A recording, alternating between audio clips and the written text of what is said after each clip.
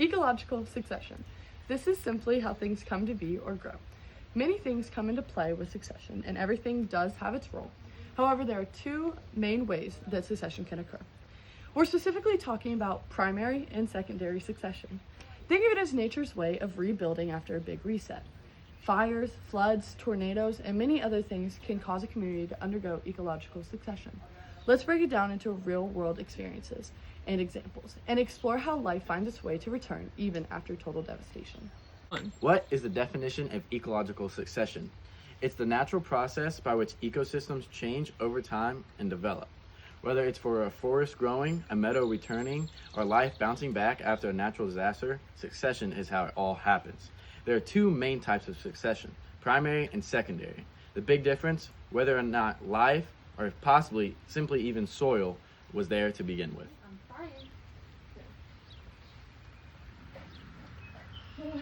Let's start with primary succession. This happens where there was no life before.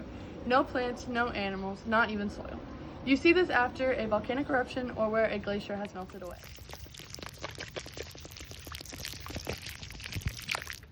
Leaving behind just bare rock. So how does life even start? It begins with tough little pioneers like lichens and mosses that can grow on rock.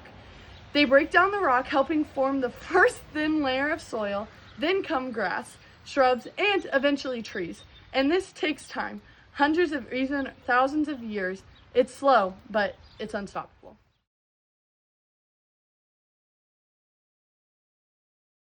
Now let's talk about secondary succession.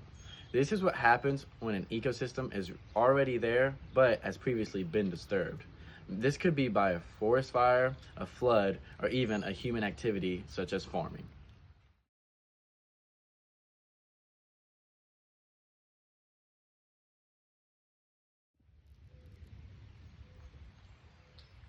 The key difference is that soil is still there, and maybe some even seeds or roots.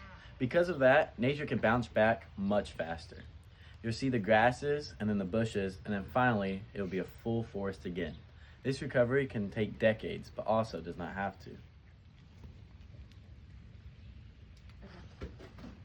Why does this all matter? Succession shows us how resilient nature is. It teaches us how ecosystems recover from damage, how life adapts to change, and how biodiversity increases over time. It also helps in conservation and restoration efforts. Understanding succession helps us repair damaged environments and protects the ones we still have. So, let's recap. Primary succession is what happens when there is no life or soil existed. Starts from rocks. Secondary succession is what happens when there is life, but it was disturbed. Both are incredible examples of how life keeps coming back. The next time you see plants growing after a fire or moss on a rock, you're watching succession in action. Thank you for watching, and keep exploring the wild side of science. This is Henry Chandler Cowles.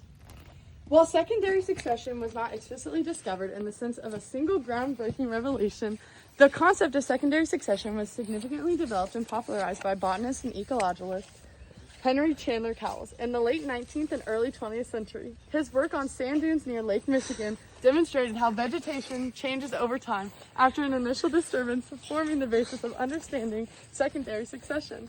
Cowles' ideas were further refined and elaborated upon by later ecologists, including Frederick Clements. Credit. Okay. Frederick Edward Clements was an influential American botanist and ecologist, best known for developing the theory of ecological succession, which described how plant communities evolve in a predictable sequence towards a stable climax community.